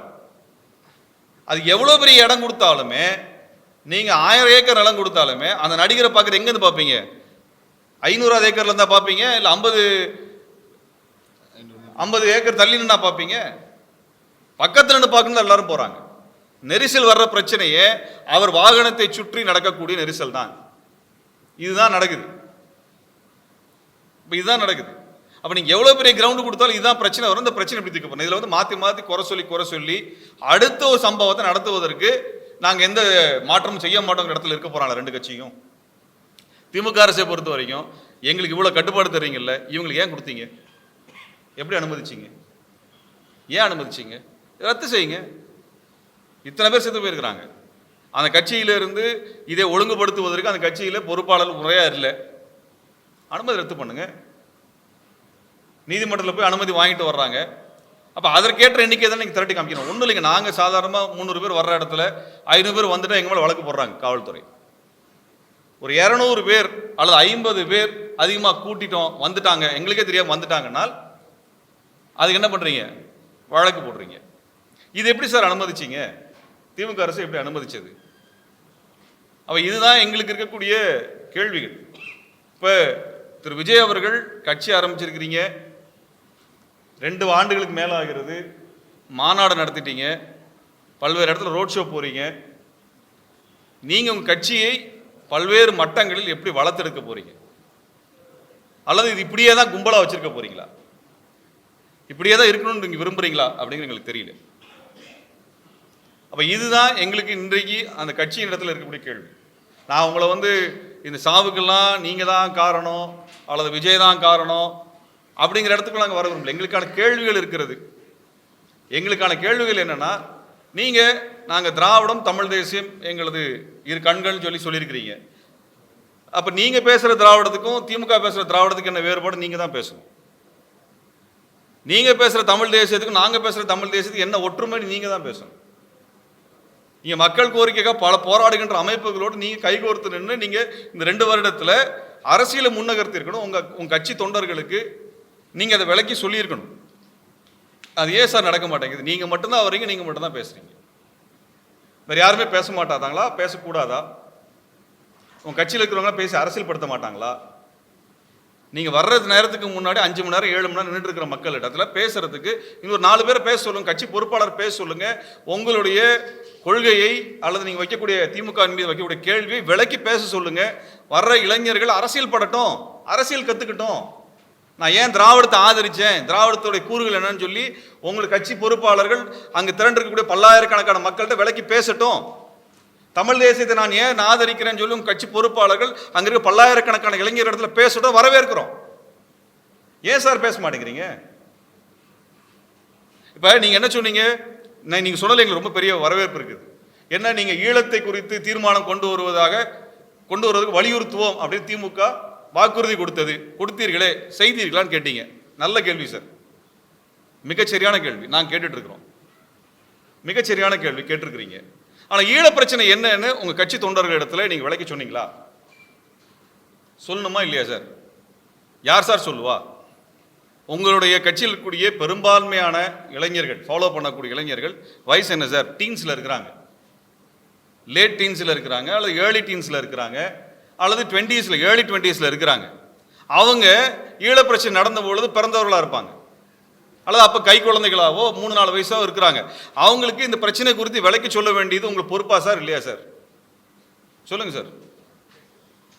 நாங்கள் அதை கேட்குறோம். அப்போ நீங்கள் தானே சார் அதை சொல்லணும். அப்போ இந்த கோரிக்கையில் திமுக தவறு செய்திருக்கிறது என்று நீங்கள் சொன்னால் அந்த கோரிக்கை உண்மை என்ன, ஏன் தேவைன்னு சொல்ல வேண்டியது யார் சார்? அது யார் சார் சொல்லுவாங்க? இந்த இத்தனையோ வாக்குறுதிகள் திமுக அரசு கொடுத்துருக்கு. ஒப்பந்த ஊழியர்கள் பணி நிரந்தரம் செய்யலை, ஆசிரியர்கள் பணி நிரந்தரம் செய்யலை, இதற்கெல்லாம் திமுக தூய்மை பணியாளர்கள் பணி நிரந்தரம் செய்யலை. போராடிட்டு இருக்கிறோம், கேள்வி கேட்டுட்டு இருக்கிறோம். பரந்தூர் வேணான்னு சொல்கிறோம், மாஞ்சோலை தொழிலாளர்களுக்கு நட்டுக்கீடு கொடுக்கணும்னு சொல்லி கேட்குறோம். அனகாபுத்தூரில் வீடு அடிக்கிறாங்க, அதே போல 11,000 வீடுகள் சென்னையில் இடிக்க போறாங்க. அதையெல்லாம் எதிர்த்து கண்டிச்சு நாங்க கேட்கிறோம். இதெல்லாம் திமுக அரசு கேள்வி கேட்கிறோம் தான். இதையெல்லாம் நீங்களும் பேசணும்ல சார். அனகாபுத்தூர்ல உங்க கட்சியில இருந்து ஒரு அறிக்கை வரல சார். கட்சியில அறிக்கை வரல சார். 11,000 வீடு இடிக்க போறாங்க, 10,000 மக்கள் வெளியே போறாங்க. எங்களுக்கு யாராவது பேச மாட்டாங்களா நாங்க கேட்கிறோம். யாராவது பேச முடியல கேட்கிறோம். நீங்க பேசினா மகிழ்ச்சி எங்களுக்கு. எங்க கோரிக்கை வலுப்படுத்தி கொடுங்க. ஒப்பந்த ஊழியர்களுக்கு வேலை நிரந்தரம் கேட்கிறோம், வலுப்படுத்தி கொடுங்க. தமிழக மீனவர்களுக்கு பாதுகாப்பு வேணுன்றோம், அது விளக்கி சொல்லி பேசுங்க. விளக்க கூட்டம் வைங்க, வரவேற்கிறோம். இன்றைக்கு என்ன நடக்குதுன்னா, நீங்க ஆளுங்கட்சியே உங்க கூட்டத்தில் நடந்த பிரச்சனைக்கு அங்க குற்றம் சாட்டுறதுக்கு பாரதிய ஜனதா கட்சிக்காரங்க எல்லாம் ஆதரவு தெரிவிச்சிட்டு இருக்காங்க. ஆர்எஸ்எஸ் எல்லாம் ஆதரவு. நீங்க ஆர்எஸ்எஸ் கண்டிச்சு பேசியிருக்கிறீங்க, நான் ரொம்ப மகிழ்ச்சி அடைஞ்சோம். இன்னைக்கு பிஜேபி காரங்க உங்களுக்கு ஆதரவா பேசுறாங்க, அண்ணாமலை பேசுறாங்கன்னா அந்த நிலைப்பாடு உங்க நிலைப்பாடு எவ்வளவு மாறுபட்டு இருக்கு நீங்க தான் சார் பேசணும். உங்க கட்சி அவங்க சாப்பிட்டு போறதுக்கா இங்க இருக்க ஜனநாயக அமைப்புகள் எந்த அமைப்புகளோடும் நாங்கெல்லாம் தேர்தலுக்கு வர்ற அமைப்புகள் இல்லை, வந்த அமைப்பு இல்லை பெருசா. அதில் தேர்தல் நின்று போராடக்கூடிய அமைப்பு, போராட்டத்தை முன்னிலைப்படுத்தக்கூடிய அமைப்புகள் இருக்கிறாங்க, மக்களுக்காக உழைக்கக்கூடிய அமைப்புகள் இருக்கிறாங்க. எந்த எதிர்பார்ப்பும் இல்லாமல் தமிழக மக்கள் ஜனநாயக கட்சி, தமிழர் ஆட்சி கழகம், விடுதலை தமிழ் புலிகள் கட்சி இப்படிலாம் போராட்டம் நடத்திட்டு இருக்கிறாங்க. எந்த எதிர்பார்ப்பும் இல்லாமல் பண்றாங்க. ஏன் அவங்களோட உங்களுக்குலாம் உரையாடல் வச்சு ஒரு கோரிக்கைகளை வாங்க நம்ம எல்லாம் பேசுவோம், ஒரு கோரிக்கை நகர்த்துவோம். அப்படிலாம் எதுவும் நடக்கிறதே இல்லை. அப்ப இங்க என்ன மறுபடியும் சினிமா கல்ச்சரை பொலிட்டிக்கல் கல்ச்சரா மாத்தாதீங்க sir. Politics is not about popularity. Politics is not about popularity sir. Popularity மட்டுமே பாலிடிக்ஸ் ஜெயிச்சிடாது சார். பொலிட்டிக்கல் தியரியை நீங்க பேசணும், பொலிட்டிசைஸ் பண்ணணும். உங்க கட்சியை நீங்க அரசியலுக்கு வந்துட்டீங்க, மகிழ்ச்சி. பெருந்திரளான இளைஞர்களை கொண்டு வந்திருக்கிறீங்க, மகிழ்ச்சி. திராவிடம் தமிழ் தேசியம் ஏற்றுக்கொண்டீங்க, ரொம்ப மகிழ்ச்சி எங்களுக்கு. பொலிட்டிசைஸ் பண்ணுங்க சார். உங்க கட்சியில் இருக்கிறவங்க கூட்டத்தை போட சொல்லுங்க, பேச சொல்லுங்க, வரவேற்கிறோம்.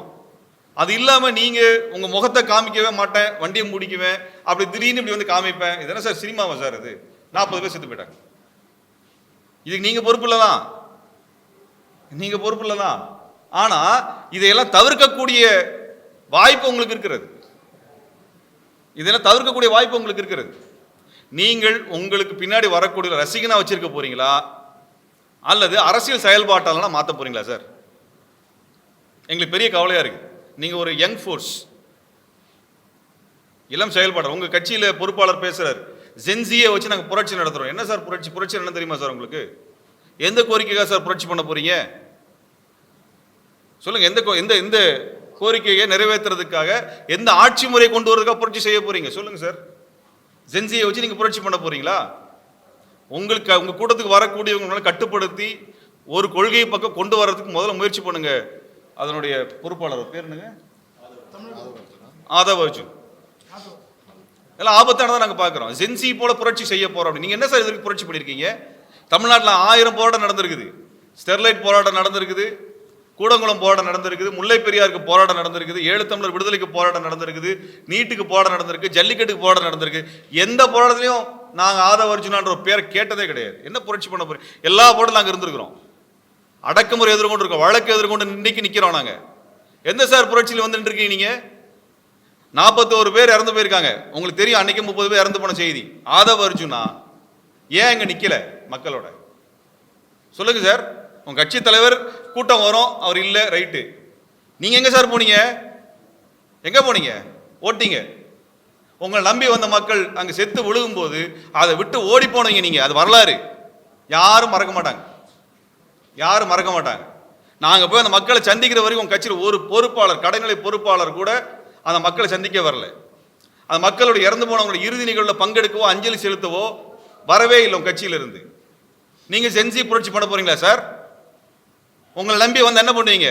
ஜென்சி புரட்சி பண்ற மக்கள் புரட்சி வீதியில் இறங்கினா போலீஸ் அடிக்கும், சுடும். ஆதவ அர்ஜுனா ஓடிடுவார். அவருக்கு என்ன? அவர் ஓடிடுவார். இந்த 3 நாளா காணமே.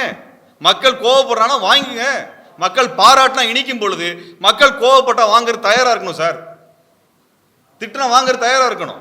உங்க மேல தானே, உங்க மேல இருக்க அன்புல தானே வந்தான். அவனை நீங்க விட்டு எப்படி போனீங்க? அது எப்படி சார் பொறுப்பாகும்? நீங்க ஏதோ ஒரு இடத்துல இருந்து உங்க நிர்வாகிகளை அனுப்பி அது என்னாச்சு ஏதாச்சும் உங்க கட்சி கூட்டத்துக்கு வந்தவங்க எங்களுக்கெல்லாம் இந்த மாதிரிலாம் நடந்தா நாங்கள் ஒரு காலத்தில் விட்டு போறோம் கிடையாது. நின்னவங்க நாங்கள் நின்னவங்க தான் போராட்டத்தில். ஜல்லிக்கட்டு போராட்டத்தில் நாங்கள் நின்று இருக்கிறோம். இந்த தூய்மை பணியாளர் போராட்டத்தில் நின்று இருக்கிறோம். ஸ்டெர்லைட் போராட்டத்துக்கு நின்று இருக்கிறோம். எல்லாத்திலும் நின்று இருக்கிறோம். இடைநிலை போராட்டத்தில் நின்று இருக்கிறோம். ஏன் எங்க சட்டையை பிடிச்சி போலீஸ் இழுத்துட்டு போறதெல்லாம் நீங்களா பார்த்ததில்லை வீடியோலாம்? எங்களை இழுத்து கொண்டு போய் ஜெயிலில் போட்டதோ வழக்கு போட்டு எங்களை சித்திரவதை பண்ணதெல்லாம் யாரும் பார்த்தது இல்லையா? அதையெல்லாம் மீறி தான் இன்னைக்கு நாங்கள் நிற்கிறோம். அதெல்லாம் மீறி நிற்கிறது. இது மாதிரி ஏதாவது ஆதவர்ஜுனாவுக்கு நடந்திருக்காது மாதிரி இல்லை அந்த கட்சியில் ஏதாவது பொறுப்பாளர் மாதிரி எதிர்கொண்டிருக்காங்களா? கடைசி அனகாபுத்தூர் அந்த மக்கள் வீடிக்கிற போய் நிக்கலையா? நாங்க மல்லுக்கட்டில போலீஸோட எங்க சார் போனீங்க புரட்சி பண்றேன்னு சொல்லிட்டு? பணக்காரங்க புரட்சி பண்ண ஆரம்பிச்சிட்டாங்களா? யாருக்கு எதிராக புரட்சி? யாருக்கு எதிராக புரட்சி? ஏழைக்கு எதிராக புரட்சி பண்ண போறீங்களா? நீங்களே சாப்பாடு கஷ்டப்படுறீங்களா? சொல்லுங்க. நீங்க கட்சி ஆரம்பிச்சு 2 வருஷத்துல தமிழ்நாட்டில் எந்த போராட்டத்துக்கு பெரிய அளவுக்கு அணி திரட்டு நின்னீங்க? எந்த கோரிக்கை ஜெயிச்சு காமிச்சிங்க சார்? எந்த கோரிக்கை ஜெயிச்சு காமிச்சிங்க? சொல்லுங்க. கவின் படுகொலை நடந்தது, பேசுனீங்களா? அனகாபுத்தூர் அத்தனை பேர் இடிக்கப்பட்ட வீடு இடிக்கப்பட்டுச்சு. 11,000 வீடு இடிக்கப்படுறதுக்கு அறிக்கை போட்டிருக்கிறாங்க. உங்க கட்சியிலிருந்து ஒரு அறிக்கை வரல, ஒரு அறிக்கை வரல. நீங்க புரட்சி பண்ண போறீங்களா சார்? பாத்துரும். பணக்காரன் புரட்சியா அல்லது எங்களை போன்ற ஏழை பாட்டாளி மக்கள் புரட்சியான்னு பாத்துருவோம். நாங்கள் திமுக அரசு விமர்சிச்சு போராட்டம் நடத்தி வழக்கு வாங்கியிருக்கிறோம். ஆதவ் அர்ஜுன் சார், நீங்க வந்து களத்தில் நின்று போராடி வழக்கு வாங்கிக்கிறதுக்கு துணிவு இருந்தா வாங்க, சேர்ந்து கேட்போம். சேர்ந்து கேட்போம். நாங்க எத்தனை கேட்டிருக்கோம், வாங்க. ஏதோ மாட மாளிகையில் உட்காந்து ட்விட் போட்டு போவீங்களா நீங்க? என்ன நடக்குதுங்க நாட்டில்? என்ன நடக்குது? நீங்க என்னைக்கோ அப்படியே வருவீங்க, அப்படியே முகத்தை காமிப்பீங்க, அப்படி 2 அறிக்கையை போடுவீங்க, டாடா காமிச்சிட்டு நீங்க போயிருவீங்க. 41 பேர் செத்து போயிருக்காங்க. உங்க கட்சிக்காரன் பொறுப்பாளர் போகவே இல்லை. உங்க கட்சிக்காரரும் செத்து போயிருக்கிறாங்க. இன்னைக்கு ஒருத்தர் தீக்குளிச்சிருக்கிறாரு. இதெல்லாம் ஏன்? போட்டி அரசியலுக்கு கூட்டம் காமிக்கணும். அரசியல் திமுக கூட்டம் காமிக்கணும், தாவேகா போட்டிக்கு கூட்டம் காமிக்கணும், பிஜேபி கூட்டம் காமிக்கணும், அதிமுக கூட்டம் காமிக்கணும். என்ன சார் இன்னைக்கு தான் பேசுனீங்க, எல்லாத்தையும் வீடியோ போகுது இல்லை? எல்லாரும் வீலாக்கு மாதிரி ஏறுறப்ப இறங்குறப்ப எல்லாம் பிரஸ்ல கொடுத்துட்டு இருக்கிறீங்க. எங்களோடதெல்லாம் தான் வர்றதில்லை, எங்களோட தான் வர்றதில்லை. என்ன கேட்பீங்க? எதுவும் வராது. ஆனால் கேட்பீங்க எங்கே சார் போனீங்கன்னு கேட்பீங்க. நாங்கள் போராட்டம் நடத்துகிறப்ப, அடி வாங்குறப்ப, கேஸ் வாங்குறப்ப, கோர்ட்டு கலையிறப்ப எப்பவும் எந்த ஊடகம் எதுவுமே வந்து எங்களை பற்றி எங்களுடைய துயரங்களை காமிக்கிறது கிடையாது, போராட்டத்தை காமிக்கிறது கிடையாது. ஆனால் கேள்வி மட்டும் எழுதுவாங்க. எல்லா கட்சிக்காரரும் எழுதுவாங்க, எங்கே போனீங்க எங்கே போனீங்கன்னு. இங்கே தான் நிற்கிறோம், இங்கே தான் போராட்டம் நடத்துகிறோம். வருஷத்துக்கு 200-300 கூட்டம் போய் நிற்கிறோம், போராட்டம் நடத்துகிறோம், வழக்கு வாங்குறோம், கோர்ட்டு கலையிறோம். கோர்ட்டு கலையிற இத்தனையும் பண்ணிட்டு இருக்கிறோம். போய் பாருங்க எங்களோட சமூக வலைதளம். உங்களுக்குலாம் நீங்க சாதாரண போட்டா லட்சம், 2 லட்சம், 5 லட்சம், 10 லட்சம்னு உங்களோட சோசியல் மீடியால நீங்க பே பண்ணி உங்களை வளர்த்துறீங்க. இதெல்லாம் எங்களுக்கு தெரியாதா? நீங்க பேமெண்ட் பண்ணி பெய்டு ப்ரொமோஷன் பண்ணிட்டு இருக்கிற ஆளுங்க. எங்களுக்கு அந்த வசதி கிடையாது. எங்களுக்கு அந்த வசதி கிடையாது. எங்க செய்தியெல்லாம் வெளியே போறது இல்லை. ஆனா நாங்க போராட்ட கடத்தில் நிக்கிறோம். வந்து பாருங்க, எங்க கூட ஒரு 4 நாள் வந்து பாருங்க, எத்தனை போராட்டத்தில் போய் நிக்கிறோம், எந்த செய்தி வெளியே வந்திருக்குன்னு வந்து பாருங்க. நாங்க எதுக்கு கரூருக்கு போனோம்? நாங்கள் ஓட்டு போட்டு வாங்குறதுக்கா? இல்லை நாங்கள் கேண்டிடேட் போட போறோமா? இல்லை எங்க அமைப்பு அங்கே 1,00,000 பேரை உட்காந்துருக்கானா? இல்லை எங்க தொண்டர் எவனை செத்து போனானா? இல்லையே. தமிழ் மக்கள் சார், பாவம், அப்பாவி, ஒன்றும் தெரியாதவன், அண்டாடங்காட்சி, குழந்தை குட்டியை விட்டுட்டான், 9 பிள்ளைங்க செத்து போயிருக்கு, குழந்தைங்க செத்து போயிருக்குது, இத்தனை பெண்கள் செத்து போயிருக்கிறாங்க. எப்படி எங்க நடத்துங்க முடியும்? நாங்கள் அந்த மக்களை நேசிக்கிறோங்க. இந்த மக்கள் எங்களை ஏத்துக்கிறாங்களா, மறுக்கிறாங்களா, எங்களுக்கு ஓட்டு போடுறாங்களா இல்லையா, எங்களுக்கு அது கவலையே கிடையாது. நாங்கள் மக்களை நேசிக்கிறோம், மக்களை மதிக்கிறோம். அவனுக்கு தண்ணி கொடுக்காம, சோறு கொடுக்காம, வெயில நாள் முழுக்க நிக்க வச்சு, என்ன அரசியல் இது? இந்த மக்களை தான் நீங்க நேசிக்கிறேன்னு சொல்லி கதை விடுறீங்களா நீங்க? சார், மாத்தி மாத்தி குறையெல்லாம் சொல்லாம அடுத்த கூட்டம் நடத்த போறீங்கல்ல, அந்த கூட்டத்தில் இந்த தவறுகள் நடக்காம நிவர்த்தி பண்றதுக்கு என்ன திட்டம் வச்சிருக்கீங்கன்னு சொல்லுங்க. என்ன செய்ய போறாங்க? தாவேக்கா என்ன செய்ய போகுது? தமிழ்நாட்டினுடைய காவல்துறை, நாங்க சொல்றோம், தமிழ்நாட்டு காவல்துறை என்ன செய்ய போகுது? எப்படி இதை அனுமதிக்க போறீங்க? எந்த ஊர்ல 10,000 பேர் தள்ளுறதுக்கு இடம் இருக்கு சொல்லுங்க சார்? எங்க இடம் இருக்கு சொல்லுங்க? இருந்த மெரினா பீச்சை மூடிட்டீங்க, எல்லாம் அந்த முட்டு சேர்ந்து சாக்கடை சந்தா கொடுக்குறீங்க. அவ்வளோதான் நிற்கிறோம், அவ்வளோதான் கலை. அதில் தான் நாங்கள் எங்களுக்கும் ஆயிரக்கணக்கான மக்கள் வந்திருக்காங்க. எங்கேயும் இப்படி நடந்ததில்லை. நாங்களாம் சினிமா ஸ்டார் இல்லை, அதனால யாரும் எங்கேயும் இது நடக்கிறது இல்லை. இப்போ காவல்துறை இது குறித்து பொறுப்பெடுத்து பதில் சொல்ல வேண்டும். இது எங்களுக்கு என்ன கவலைன்னா, இப்ப தாவேகா கூட்டத்தை போலீஸ் வச்சு நாங்க ஒழுங்குபடுத்துறோம் அப்படின்னு சொல்லிட்டு எங்க மேலதான் பாய்வாங்க. நாளைக்கு நாங்க ஒரு கூட்டம், சின்ன கூட்டம் நடத்த கூட எங்களுக்கு அனுமதி கிடைக்காது. அதுக்கு இத்தனை பேரை போடு, அத்தனை பேரை போடு, நாங்க அங்க இருக்க ஆளை பார்க்கணும், பேரை பார்க்கணும். சார் கூட்டத்தில் பங்கெடுக்கிறவங்க பேர் லிஸ்ட் கேட்கறாங்க சார், ஃபோன் நம்பர் கேட்கறாங்க சார். எங்களுக்கு நாங்க எப்படி நடத்துறது? எங்களுக்கு இவ்வளவு கேட்குறீங்க, அங்க பாருங்க அத்தனை லட்சம் பேர் வந்திருக்கிறான். போலீஸ் அரசியல் கூட்டத்திற்குள்ள உள்ள நுழைஞ்சி கூட்டத்தை நெறிப்படுத்துறது அப்படிங்கிற பண்பாடு தமிழ்நாட்டில் எந்த கட்சியும் ஏற்றுக்கொள்ளவில்லை. எந்த கட்சி கூட்டத்துக்குள்ளாரே போலீஸ் உள்ள போய் நெறிப்படுத்த, தொண்டர்களை நெறிப்படுத்துறதுக்கு திமுக அதிமுகல இருந்து எந்த கட்சி அனுமதிக்காது. தாவேகா கட்சி அனுமதிக்க போதா? அப்ப இதுக்கெல்லாம் கேள்விகள் இருக்கு சார். நீங்க 2 பேரும் மட்டுமே பேசக்கூடிய கருத்துக்கள் மட்டும் அல்ல, இதுக்கு அடுத்து மக்கள் கருத்து இருக்குது, மக்கள் சார்ந்த கருத்து இருக்கு. 40 பேர் இறந்து போயிருக்கிறாங்க, எத்தனை பேர் காயம்பட்டிருக்கிறாங்க, இத்தனை பேரை பாதுகாத்த மருத்துவர்கள் இருக்கிறாங்க, எந்த எதிர்பார்ப்பும் இல்லாம அதிகாரிகள் இருக்கிறாங்க, வெகு மக்கள் இருக்கிறாங்க, காப்பாற்றின வெகு மக்கள் இருக்கிறாங்க. அதனால எங்களுக்கான கோரிக்கை அரசை பொறுத்த வரைக்கும் இதன் மீது நடவடிக்கை எடுத்து இந்த இடத்துல உளவுத்துறை தோல்வி என்ன நடந்தது, காவல்துறை தோல்வி என்ன நடந்ததுன்னு விசாரணை பண்ணி உடனடியாக அவர் மீது நடவடிக்கை எடுக்கணும். அனைத்து கட்சி கூட்டத்தை கூப்பிட்டு இது குறித்தான ஒரு விதிமுறைகள், நெறிமுறைகளை உருவாக்கணும். இது எல்லாருக்குமான பிரச்சனை. இதை 2 கட்சியினுடைய பிரச்சனையாக மாற்றி சதி இருக்குது, அது இருக்கு, இது இருக்குதுன்னு சொல்லி பெருசாக்காம என்ன நடந்தது? அந்த அருணா ஜெகதீசன் அவர்களை வைத்து ஒரு விசாரணை அறிக்கை ஒரு விசாரணை கமிஷன் போட்டிருக்காங்க. திமுக அரசு போட்டிருக்கிறது, வரவேற்கிறோம். ஆனால் எவ்வளவு காலத்துக்குள்ளார அதனுடைய முடிவுகள் வரப்போகுது? வந்தா நடைமுறைப்படுத்துவார்களா? அருணா ஜெகதீசன் கமிட்டி ஸ்டெர்லைட் போராட்டத்தை விசாரிச்சது, அவங்க விசாரிச்சுட்டு அரசு அதிகாரிகள் மீது குற்றம் சொன்னாங்க. யார் மீதும் நடவடிக்கை எடுக்கப்படலை, யார் மீது நடவடிக்கை எடுக்கப்படலை. இப்போ அருணா ஜெகதீசன் அவர்களோட கமிட்டி போட்டிருக்கீங்க, இது எப்போ வரப்போகுது, எப்போ முடிவுகள் சொல்ல போகுதுங்கிறத விரைவுபடுத்துங்க. அதே போல திரு விஜய் அவர்கள் தயவு செய்து கட்சியாக மாறுங்க, ஒரு அரசியல் அமைப்பாக மாறுங்க, அரசியல் படுத்துங்க. நீங்க சொல்ற கருத்துக்களை மக்களிடத்தில் சொல்லக்கூடிய வகையில் பரப்புரையை மேற்கொள்ளுங்க. இது மாதிரி ஒரு ரசிகர் மன்ற ஷோ தயவு செஞ்சு நடத்தாதீங்க. பாவம் மக்கள், குழந்தைகள் பாவம், இளைஞர்கள் பாவம். இதை விட்டுட்டு ட்விட்டர்லையும் சோசியல் மீடியாலையும் சண்டை போட்டு இருக்கிற தயவு செஞ்சு நிறுத்துங்க. ரெண்டு ஐடிவிங்க நிறுத்துங்க. முதல்ல இந்த மக்கள் செத்து போயிருக்கிறான், அவன் குடும்பத்துக்கு பதில் சொல்லணும், எல்லாருமே சேர்ந்து பதில் சொல்ல வேண்டியிருக்கிறது. இனிமேல் இது நடக்காமல் இருப்பதற்கு அரசு தரப்பு என்ன நடவடிக்கை எடுக்க போகிறது, தாவேகா தரப்பு என்ன நடவடிக்கை எடுக்க போகிறது? 2 தான். இது 2 குறித்து இந்த 2 தரப்பும் பேச வேண்டும். அதுக்கப்புறம் மனித உரிமை ஆர்வலர்கள், சமூக செயல்பாட்டாளர்கள் அவர்கள் கள ஆய்வு பண்ணி அவர்கள் உண்மை அறிக்கை வெளியில் கொண்டு வர வேண்டும். அப்படியான முயற்சிகளையும் நாங்கள் முன்னெடுப்போம். நாங்கள் எங்களோடதுல நாங்கள் எந்த கட்சிக்கும் சார்பாக இல்லை. இது நான் மக்களை பார்த்து மக்களோட கருத்துக்களை உங்களிடத்தில் நாங்கள் பகிர்ந்திருக்கிறோம். ஆகவே இந்த துயரம் இதோடு இறுதியான நிகழ்வாக இருக்கட்டும். இதற்கு மேலும் இந்த துயரங்கள் வேண்டாம். ஸ்டாம்பீடு பற்றி நிறைய ரிசர்ச் டாக்குமெண்ட்ஸ் வந்திருக்குது. அதை எப்படி அவாய்ட் பண்ணுறதுக்கு டாக்குமெண்ட்ஸ் இருக்குது.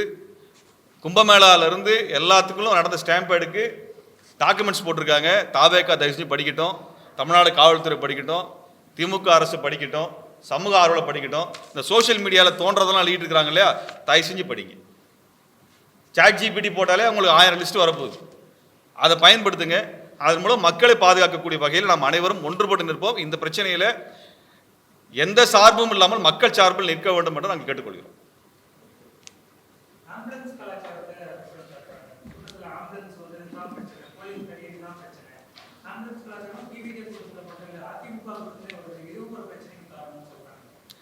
சார், ஆம்புலன்ஸ் அப்படிங்கிறதுல நான் என்ன கேட்குறேன்னா, ஒரே ஒரு சொல்கிறேன். ஒரு தலைவர் பேசிட்டு இருக்கிறாரு, ஆம்புலன்ஸ் போகுது, அதனால் அவங்க உரை கெட்டு போயிருதா, ஸ்பீச் கெட்டு போயிருதா? அல்ல கலையிற கூட்டம் மறுபடியும் திரும்ப சேர்றது இல்லையா? ஒரு ஆம்புலன்ஸுங்கிறது அவசர தேவைக்காக பயன்படுத்துகிறாங்க.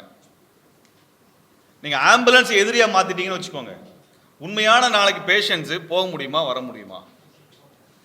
சொல்லுங்கள். இப்போ எங்களோட கூட்டங்களுக்கெல்லாம் எங்களுக்கு கொடுக்கக்கூடிய முதல் கண்டிஷன்ஸு ஆம்புலன்ஸ் வர்றதுக்கான வழியை விட்டுட்டு தான் மேடை அமைக்கணும்னு சொல்கிறாங்க. அதை வச்சு தான் கொடுக்குறோம். ஏன் ஜல்லிக்கட்டு போடல எத்தனை ஆம்புலன்ஸ் போச்சு சார்? எல்லா கூட்டமும் ஒழுங்காக வழிவிட்டோமா இல்லையா? அதனால் கூட்டம் கலைஞ்சுதா? நான் கேட்குறேன், இவங்களோட பேச்சு உரை ஆம்புலன்ஸ் தடுக்குதுன்னா இவங்கள பேரறிஞர் அண்ணாவா, அல்லது பெருந்தலைவர் காமராஜரா, அல்லது தந்தை பெரியார் உரை நிறுத்துறாங்களா? ஒன்றும் கிடையாது சார். பஞ்சு டேலாக கொடுத்துருக்குறாங்க எல்லாருமே. கொடுக்கறதெல்லாம் பஞ்சு டயலாக். சரிங்களா? அதுல 4 ஆம்புலன்ஸ் வந்துட்டு போனா நின்று பேசிட்டு போங்க. இப்போ இந்த இஸ்லாமிய தலைவர் இருக்கிறாங்க, அவங்க பாங்கு சொன்னா நிறுத்திடுவாங்க. அந்த சமயத்தில் ஒரு 5 நிமிஷம் நிறுத்திட்டு பேசுவாங்க. அப்பெல்லாம் ஒன்றும் நடக்கிறது இல்லை, தவறு எதுவும் போறது இல்லை. என்ன ஆயிர போகுது? ஒரு ஆம்புலன்ஸ் வந்துட்டு போகுது, சரி வந்துட்டு தான் போதே விட்டுருவோம். ஐயா என்ன நடந்துரும்? எத்தனை அதுக்கப்புறம் ஆம்புலன்ஸ் விடுவாங்க? நீங்க ஆம்புலன்ஸ் வில்லனா மாத்திருக்கீங்க சார். கடைசியில் ஆம்புலன்ஸ் டிரைவரை போட்டு அடிக்கிறான். நீங்க 41 பேர் இறந்து போயிருக்காங்க, காயம்பட்ட 100 பேர் இருப்பாங்களா? 100 பேரை வெளியில கொண்டு போறதுக்கு எத்தனை ஆம்புலன்ஸ் சார் வேணும்? எத்தனை ஆம்புலன்ஸ் வேணும்? ஒரு ஆம்புலன்ஸ் 2 பேர் நீங்க ஏத்தினாலுமே 50 ஆம்புலன்ஸ் கொண்டு வந்திருக்கணும் நீங்க, இல்லையா? நீங்க ஆம்புலன்ஸ் எதிரியா மாத்திட்டீங்கன்னா நெருக்கடிக்கு எதை வச்சு தூக்கிட்டு போவீங்க? எப்படி தூக்கிட்டு போவீங்க? ஆம்புலன்ஸ் மட்டும் தான் உள்ள விட முடியும். நீங்க ஆம்புலன்ஸ் வில்லனாவே மாத்திட்டு இருந்தீங்கன்னா நாளைக்கு எல்லாருக்கும் ஆபத்து தான் பண்ணிக்கும். அப்படி ஆம்புலன்ஸ் தடையா இருக்குது அப்படின்னா இருந்துட்டு போகுது, 2 நிமிஷம் இருந்துட்டு போகுது, என்ன தப்பு வந்துட போகுது? என்ன தப்பு வந்துட போகுது? ரோட்ல கூட்டம் நடத்தினா ஆம்புலன்ஸ் வரும் சார். ரோட்ல கூட்டம் நடத்தினா ஆம்புலன்ஸ் வரும். உங்க மாநாட்டுக்குள்ள ஆம்புலன்ஸ் விடுறாங்களா? சொல்லுங்க. உங்க மாநாடு நடத்திட்டு இருக்கிறீங்க, அங்க உள்ளுக்குள்ள ஆம்புலன்ஸ் விடுறாங்களா? இல்ல இல்ல. அதனால உங்க உரை தடைப்படுறதுனால ஒன்றும் பிரச்சனை இல்லை. அப்படியெல்லாம் நீங்க உங்களை மறந்து போயெல்லாம் அப்படி விட்டு, நீங்க தான் ப்ராம்ப்ட் வச்சிருக்கீங்க, கையில பேப்பர் வச்சிருக்கீங்க, நோட்ஸ் வச்சிருக்கீங்க பேசுறதுக்கு. என்ன ஆயிர போகுது? உங்களாம் சொல்லி தர 4 பேர் கூட இருக்கிறாங்க, பாயிண்ட் விட்டு எடுத்துறதுக்கு 1000 பேர் இருக்கிறாங்க. அதுவும் இல்லாமல் இன்னைக்கு பேசுறதெல்லாம் வீடியோல தான் சார் கேட்குறாங்க, அதான் அதே மாதிரி கேட்குறாங்க. அதனால பெரிய கருத்துக்கள்லாம் இவங்க சொல்லிட்டாங்க, அந்த கருத்துக்கள் எல்லாம் மக்கள் தவற விட்டாங்கிற வருத்தம் யாருக்கும் கிடையாது. அதனால இது ஒரு பெரிய ஆம்புலன்ஸுங்கிறத ஒரு எதிரியா மாற்ற வேண்டாம், அது ரொம்ப தவறான பார்க்குறேன்.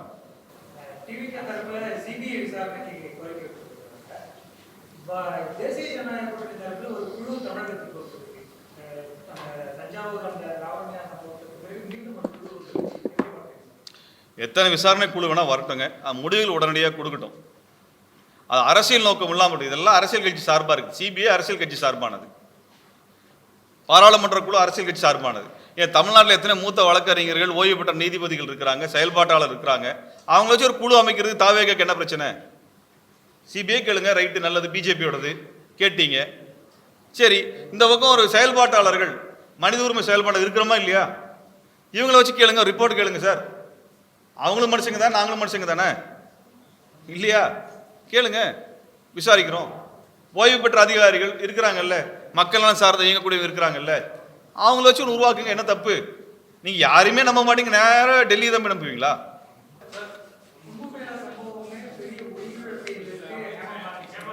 ஆமா, வட இந்தியால இருந்து பிஜேபியில இருந்து யார் வந்தாலும் உள்நோக்கத்தோட தான் வருவாங்களும் ஒழிய அதுல மக்கள் மேல எந்த நலனும் இருக்காது. முதல்ல வட இந்தியாவில் உத்தரப்பிரதேசம் நடக்குது. அதாவதுங்க, கடந்த 25 வருஷத்துல 3600 பேர் ஸ்டாம்ப் பேட்ல இறந்துருக்கிறாங்க. 3600 பேர். சரிங்களா? கடந்த 10 ஆண்டுகளுக்குள்ளாக வட இந்தியாவில் மட்டும் 400 பேர் இதே மாதிரி இறந்துருக்கிறாங்க. அது எல்லாமே பாரதிய ஜனதா கட்சி ஆண்ட மாநிலங்கள். சரிங்களா? ஒரு ஆய்வு என்ன சொல்லியிருக்கிறாங்கன்னா, ரயில்வே பிரிட்ஜில் இந்த ஸ்டாம்பேட் நடக்குது, ரயில்வே இதில் ஸ்டாம்பேட் நடக்குது. ஒரே ஒரு விஷயம் தான், அந்த கூட்டத்து நெரிசலில் ஒருத்தர் லக்கேஜ் கீழே போட்டார். அந்த லக்கேஜ் கீழே விழுந்ததில் ஒருத்தர் ஒரு பக்கம் சாயிறாங்க, அதில் 22 பேர் செத்து போகிறாங்க. சரிங்களா? அதில் நீங்கள் இந்த ரிப்போர்ட்டில், அந்த கும்பமேளா ரிப்போர்ட்டில் சொல்கிறாங்க, ஸ்வேயிங் இருந்ததுனால் க்ரௌடில், தயவுசெய்து எல்லாருக்கும் தெரிஞ்ச வேண்டியதான், க்ரௌடில் டர்புலன்ஸோ ஸ்வேயிங் இருந்தாலோ ஸ்டாம்பேட் நடக்கும் அப்படின்னு சுவிட்சர்லாந்தினுடைய இந்த க்ரௌட் மேனேஜ்மெண்ட்டுக்கான ஆய்வாளர் கும்பமேளாவை பற்றி ஸ்டடி பண்ணி ரிப்போர்ட் கொடுத்துருக்காரு. ஸ்வேயிங்னா ஊசலாடுறது, அப்படியே வேவ் மாதிரி அசையும். நீங்கள் ஸ்டாம்பேட் நடக்கிறதுக்கு முன்னாடி, இந்த நெரிசல் நடக்கிறதுக்கு முன்னாடி கரூரில் பார்த்தீங்கன்னா அந்த க்ரௌட் அப்படியே அலை மாதிரி ஆடும், ஒரு அலை மாதிரி ஆடும். அது நடக்குதுன்னா, அந்த மாதிரி ஒரு சூழல் இருக்குதுன்னா, அங்கே இந்த நெரிசல் ஸ்டாம்பேட் கண்டிப்பாக நடக்கும். அங்கே சின்னதாக ஏதோ ஒரு சத்தம் நடந்தாலே, ஒரு பட்டாசு வெடிச்சுது வானத்தில் அப்படின்னாலே ஸ்டாம்பேட் நடக்கும். இந்த ரிப்போர்ட் தயவு செஞ்சு எடுத்து படித்து அதை நியூஸாக மாற்றுங்க. க்ரௌட் டர்புலன்ஸ்னு ஒன்று சொல்கிறாங்க. இப்போ என்ன ஆகுதுன்னா, 2 பாதை இருக்குது, ஒரு பக்கம் வர்றது, இன்னொரு பக்கம் போகிறது. இவர் இந்த பக்கம் வர்றாருன்னு சொல்லி எல்லா க்ரௌடும் இந்த பக்கம் நிற்கிது. சரிங்களா? ஆனால் வண்டி ஆப்போசிட் சைடில் கொண்டு வர்றார், எதிர்த்தரப்பில் கொண்டு வர்றார். கொண்டு வந்தோன்னா இங்கேருந்து எல்லா க்ரௌடும் அந்த பக்கம் தாவறாங்க. சரிங்களா? அப்போ அடிஷ்னலான க்ரௌடு இந்த பக்கம் வருது. இப்போ இவர் வண்டிக்கு பின்னாடி 5000 பேர் வர்றான், இவன் தள்ளுறான். இந்த டெத்து கிட்டத்தட்ட விஜய் பேச ஆரம்பிக்கிறதுக்கு முன்னாடி ஆரம்பிச்சிருந்தா மக்கள் சொல்றாங்க. சரிங்களா? அப்ப இந்த கிரவுட் டர்புலன்ஸை பார்த்ததுக்கு பின்னாடியும் ஏன் தடுக்கப்படலை? அந்த ஒன்றும் இல்லைங்க, விஜய்கிட்ட நீங்க பவுன்சர் வச்சிருக்கிறீங்க, மக்களுக்கு யார் பவுன்சர்? தொண்டருக்கு யார் பவுன்சர்? இப்ப தொண்டர்களுக்கு நீங்க பாதுகாக்கிறதுக்கு எந்த அணியை நீங்க உருவாக்கல, உங்களை மட்டும் பாதுகாத்துக்கிறீங்க அப்படிங்கிறது எப்படி தலைமைத்துவ பண்பா இருக்கும்?